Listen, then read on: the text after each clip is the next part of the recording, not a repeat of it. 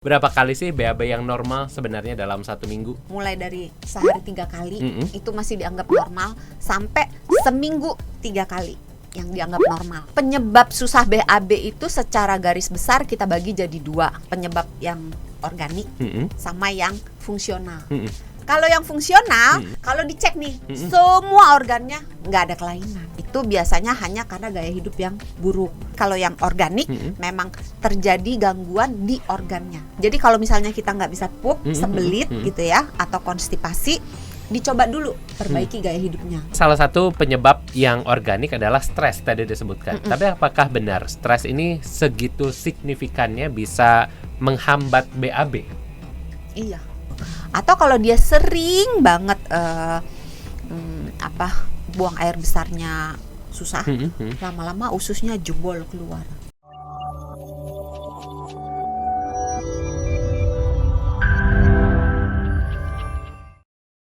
Halo sahabat Sonora, jumpa lagi dalam program Kamu Sehat bersama dengan narasumber lama.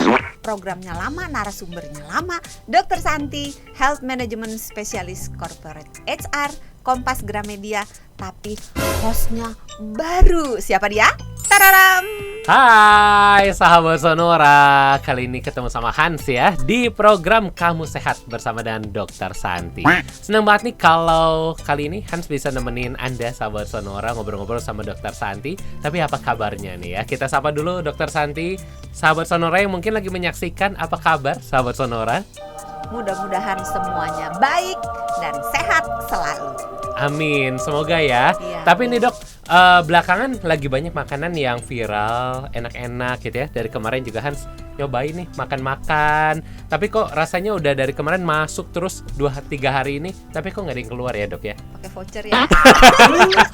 Lagi banyak di kantor Pakai belakangan. voucher ya. 2-3 hari udah makannya banyak, tapi kok nggak ada yang keluar, alias BAB-nya agak sulit nih dok. Mandek ya. Jalanan dong macet. Iya bener ya. Ini belakangan udah panas, macet lagi ya. Iya. Tapi sebenarnya penasaran dok, kalau misalnya kita makan berapa kali sih BAB yang normal sebenarnya dalam satu minggu? Sebetulnya frekuensi buang air besar itu variasinya cukup luas ya. Mulai dari sehari 3 kali itu masih dianggap normal, sampai seminggu 3 kali yang dianggap normal. Seminggu 3 kali. Artinya nggak harus tiap hari ya dok ya? Enggak. Jadi seminggu 3 kali masih dianggap normal. Seminggu 3 kali masih dianggap normal. Tapi dok sebenarnya kalau kayak Hans nih, artinya udah 3 hari nih susah BAB. Ini kan artinya masih dianggap normal ya dok ya? Masih. Masih Sepanjang dianggap nanti seminggu kemudian dihitung 3 kali enggak. 3 kali enggak. Dalam Tapi seminggu. biasanya apa sih penyebab paling sering bikin orang akhirnya susah BAB dok? Sebetulnya penyebab susah BAB itu secara garis besar kita bagi jadi 2 ya, penyebab yang organik sama yang fungsional. Kalau yang fungsional itu kalau dicek nih, semua organnya nggak ada kelainan. Oh oke. Tapi mandek. Jadi secara fungsi dia tidak bekerja, tapi secara organ dia sebenarnya nggak ada gangguan apa-apa. Itu kenapa tuh dok? Itu biasanya hanya karena gaya hidup yang buruk.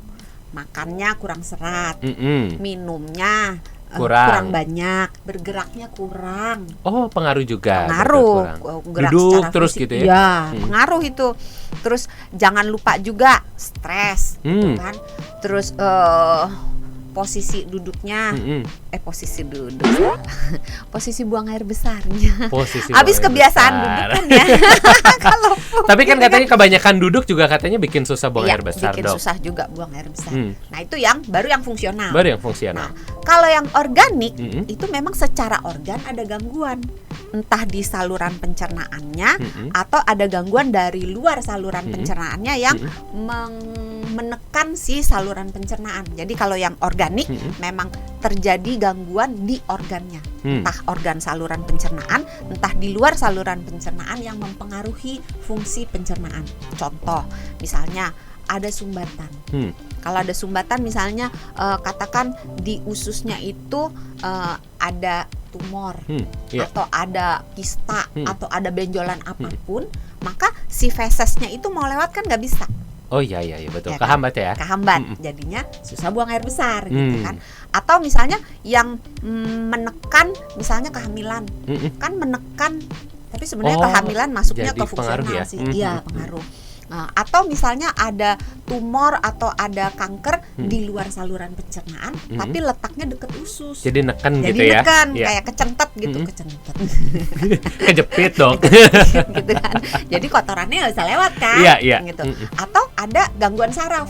Kalau gangguan saraf, usus kita itu bekerjanya peristaltik. Jadi meremas gitu ya. meremas. Jadi meremas dari satu segmen, segmen yang atas diremas, kan isinya kepencet ke bawah. Jadi ke bawah turun gitu ya, kedorong kan, ya. Kedorong. Iya. Jadi kalau misalnya dipencet, dia isinya turun ke bawah, yang bawah nanti mencet lagi, yang di atas mekar, seterusnya begitu. Nah, kalau persarafannya itu buruk, maka gerakan peristaltiknya akan terganggu. Jadinya kan macet juga toh. Iya. Nah, terus atau ada gangguan endokrin, misalnya pada penyakit-penyakit tiroid atau penyakit diabetes, itu juga bisa mengganggu fungsi buang air besarnya gitu. Jadi macam-macam, bisa juga karena efek samping obat, karena beberapa obat itu bisa buat pupnya jadi keras. Oh, oke. Nah, itu Dok, tadi kan udah dijelasin ada dua ya, artinya ada fungsional dan juga organik. Ya. Tapi mungkin masyarakat awam bingung nih Dok, gimana caranya membedakan kalau susah BAB-nya ini sebenarnya gara-gara apa? Gara-gara organik atau fungsional? Gimana cara nentuinnya Dok? Ini pertanyaannya susah-susah gampang nih jawabnya. Karena jadi panjang gitu. Yeah. Tapi memang kalau secara masyarakatnya sendiri membedakan itu memang susah gitu. Karena dibutuhkan pemeriksaan yang lebih lanjut untuk mengetahui apakah organnya ada gangguan atau tidak. Oke. Tapi secara garis besar mungkin bisa kita lakukan dengan memperbaiki. Jadi kalau misalnya kita nggak bisa pup, sebelit gitu ya, atau konstipasi, dicoba dulu perbaiki gaya hidupnya, yang tadi makannya, minumnya, olahraganya, stresnya, tidurnya, dan seterusnya. Itu kalau sudah diperbaiki semuanya dalam waktu 2 minggu, masih ya. Oh, artinya Jangan-jangan harus dicek ya. ini organik gitu, bukan fungsional. Karena kalau organik kita harus mengobati si sumbernya. Jadi kalau misalnya dia karena benjolan, ya benjolannya dibereskan gitu loh. Atau misalnya dia karena diabetesnya dibereskan. Jadi kalau 2 minggu diobati masih juga macet, masih juga ada keluhan, masih juga ada gangguan, saatnya untuk ke dokter untuk cek ini organik apa bukan. Nah, nanti di dokter akan dilakukan pemeriksaan, ditanya-tanya perihal makanannya, minumannya, terus bentuk kotorannya, frekuensinya, dan seterusnya. Setelah tanya jawab, dokter akan melakukan pemeriksaan fisik, dan kalau perlu pemeriksaan lab. Bisa di ronsen dengan menggunakan semacam pewarna, bisa di USG, bisa di CT scan, bisa juga periksa darah untuk menentukan kalau memang ini ada kelainan-kelainan di gula darahnya misalnya, atau di tiroidnya misalnya gitu. Jadi banyak sih. Intinya dicoba dulu aja, perbaiki gaya hidupnya. Kalau misalnya belum ada perubahan, ya udah waktunya 2 minggu. Maksimal ya, maksimal 3 minggu. Artinya hasilnya? Maksimal 3 bulan. 3 bulan. Kalau misalnya nih, buang air besar sulitnya ini disertai dengan sakit perut atau sakit punggung, disertai dengan darah pada tinja, atau tinjanya berbentuk kurus, panjang-panjang, dan tidak pernah besar. Maksudnya begitu-begitu aja gitu. Atau disertai dengan penurunan berat badan yang nggak bisa dijelaskan, nggak lagi program diet, olahraganya juga biasa aja, tapi kok berat badannya turun, berat badannya makin turun gitu ya. Terus di sembelitnya itu terjadi begitu aja, tiba-tiba tanpa alasan. Kalau misalnya kayak Hans kan tadi udah jelas ada penyebabnya ya, jajannya macam-macam, tapi kan karena pakai voucher makan daging doang gitu, nggak mau makan sayur gitu kan gitu. Sama soalnya kita gitu kan, biasanya kalau yang makan-makan kan menghindari sayur. Sayur biasanya begitu ya, nggak sahabat Sonora, rugi dong ambil kan? Sayur ya, iya kan? Iya, pengennya rugi. Daging. Iya daging gitu. Nah, asupan sayur yang kurang itu bisa menyebabkan susah buang air besar. Nah, kalau tidak ada penyebabnya, tiba-tiba muncul sembelit, harus hati-hati juga. Terus ada demam, atau disertai dengan muntah. Nah, itu harus langsung ke dokter. Jangan nunggu 3 bulan, kelamaan gitu. Harus sesegera mungkin mendapatkan pertolongan dari profesional, betul, ya. Oke, Dok, tadi salah satu penyebab yang organik adalah stres tadi disebutkan. Tapi apakah benar stres ini segitu signifikannya bisa menghambat BAB? Iya. Iya ya Dok. Sahabat Sonora yang biasa stres bingung, oh my Iya. god, ternyata stres nggak cuman bikin tensi tinggi, nggak bisa tidur, ternyata bikin Iya, ya. nggak bisa buang air besar yang lancar gitu. Kenapa? Karena pada saat kita stres, hormon-hormon stres naik. Hormon-hormon stres yang naik ini bisa membuat gerakan usus menjadi lamban. Terus orang yang stres kan mana ada ya yang hidup sehat ya. Oh iya, betul. Kan? Minum udah pengennya stres mah manis boro-boro gitu ya. kan. Makan juga boro-boro banget kalau Iya, lagi iya, stres. Oh ini sehat, oh ini enggak. Makan malah kadarnya aja, kadang nggak makan gitu kan. Kadang pengen yang micin, Dok. Mungkin nggak ada hubungannya loh Betul. sama stres. Stres. Tapi Dok, sebenarnya kalau misalnya BAB kita nggak lancar nih, apa sih sebenarnya yang sedang terjadi di tubuh kita? Nah kalau BAB-nya nggak lancar, otomatis kotoran yang ada di dalam itu akan lebih lama ada di dalam usus. Nah kalau dia lebih lama ada di dalam usus, dia bisa menimbulkan reaksi inflamasi, bisa melukai dalam tanda kutip dinding-dinding bagian dalam dari saluran di usus. Nah dia juga bisa mengubah perbandingan antara jumlah bakteri baik dengan bakteri jahat. Jadi kalau kotorannya lama di situ, bakteri baiknya juga ikut berkurang. Bakteri jahatnya meningkat. Padahal bakteri baiknya itu kan berguna buat badan kita. Iya. Tapi Dok, ada mitos juga yang menyebutkan katanya kalau BAB-nya ini sulit gitu ya, lama di dalam usus, katanya bisa terserap lagi ke dalam tubuh. Benar nggak sih, Dok? Sebetulnya nggak bisa secara langsung dia nyerap lagi karena memang di usus besar bagian bawah itu sudah disediakan oleh Tuhan. Sudah disetting ya. Ya udah disetting untuk kantong tempat penyimpanan sementara segala sampah yang mau dibuang. Jadi memang kalau tidak ada secara penyerapan langsung, lagi ya? Kalau secara langsung sih enggak, tapi dia muter-muter melalui berbagai mekanisme. Pada akhirnya bisa membuat badan kita jadi nggak begitu bagus lah berfungsinya gitu. Tapi bahwa racunnya naik lagi enggak sih. Oke. Tapi apakah sulit BAB ini bisa menyebabkan penyakit yang kronis, Dok? Bisa. Contohnya, Dok? Sebetulnya wasir termasuk kronis nggak ya? Kronis buat yang kerjanya duduk, Dok. Iya.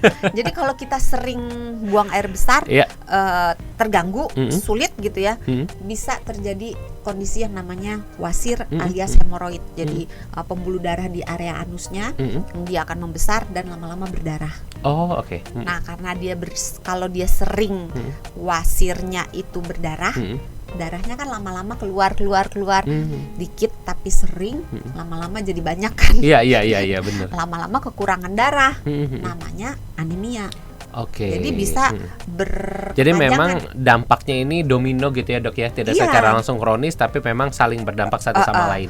Atau kalau misalnya yang ringan-ringan, kalau misalnya kita sembelit itu kan pupnya, mohon maaf, ujungnya keras ya. Iya. Nah, dan besar kan biasanya. Walaupun ada juga yang kecil-kecil. Nah, kalau dikeluarin kadang-kadang kan kita suka ngeden gitu kan. Iya. Nah, keluar tapi bagian dinding anusnya luka, robek. Nah, itu juga bisa menyebabkan gangguan kan, jadinya perih gitu. Kalau lukanya itu kotor bisa menjadi infeksi gitu. Atau kalau dia sering banget buang air besarnya susah, lama-lama ususnya jebol keluar. Lalu kalau udah gitu gimana tuh, Dok? Ya dioperasi lah. Harus operasi ya? Dimasukin kan nggak bisa dipandu dong. Ayo terus mundur. Barangkali bisa dimasukin sendiri kali gitu, Dok. Bukan tukang parkir. Dimasukin sendiri bisa kalau wasir. Oh, oke. Karena wasir kan ada grade-nya. Mulang-mulang benjolannya itu dia bisa masuk sendiri. Lama-lama harus dibantu dengan jari. Lama-lama walaupun dibantu dengan jari nggak bisa kalau wasir itu. Tapi kalau usus yang jebol keluar, nggak bisa ya, harus dengan pertolongan dokter ya. Tapi ini, Dok, ada orang yang bilang katanya kalau misalnya kita lancar buang air besarnya, kulit jadi cerah, jadi lebih bersih. Benar nggak sih buang BAB yang lancar ini bisa berpengaruh pada kulit? Sudah berapa lama belum gitu. Kalau misalnya masih baru, ya udah dicoba dulu aja dengan memperbaiki gaya hidup. Jadi coba asupan seratnya dicek gitu ya, udah cukup belum? Minumnya udah cukup belum? Bergeraknya udah bagus belum? Tapi kalau misalnya udah nggak BAB-nya katakan udah 3 hari 4 hari bukan cuma 1-2 hari, ya harus ditambah lagi sesuatu yang lebih mendorong gitu. Nah itu caranya misalnya dengan memijat Memijat apa nih, Dok? perut. Oh, perut ya.